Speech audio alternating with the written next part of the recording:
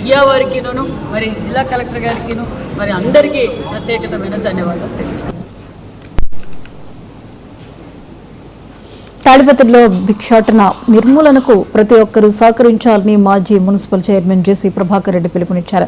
గురు పౌర్ణమి సందర్భంగా పట్టణంలోని పలు దేవాలయాల వద్ద చిన్నారులు, మహిళలు, వృద్ధులు భిక్షాటన చేయడం తనను తీవ్రంగా కలిచివేసిందని ఆయన ఆవేదన వ్యక్తం చేశారు.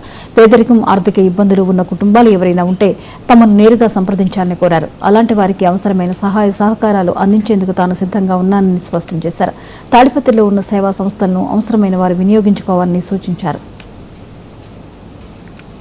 రేపు నెల లోపల ఇంకా యాచన చేస్తే వాళ్ళను ఊరిస్తాం.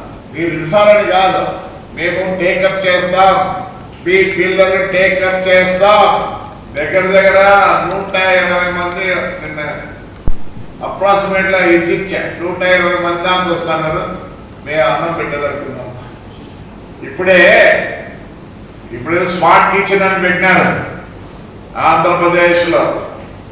నేను స్మార్ట్ కిచెన్ 16 ఏళ్ల కిందే స్థాపించిన. మేమంతా ప్రెసిడెంట్ అవార్డు కానీ ఎప్పుడు పోలే ఆడని తెచ్చుకుంటాను. అవార్డుకి పక్కద్దు 2 అన్నాలు ఇస్తాను. మేము స్టీల్తో చేస్తాం.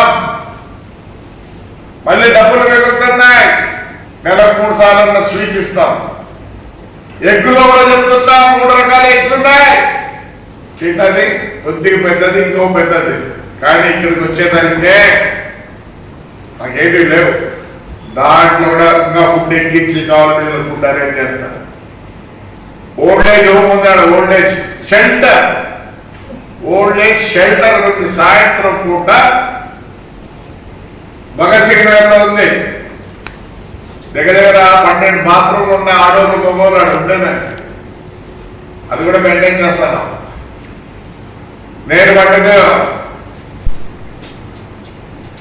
పిచ్చుకుంటారు చెప్తున్నా.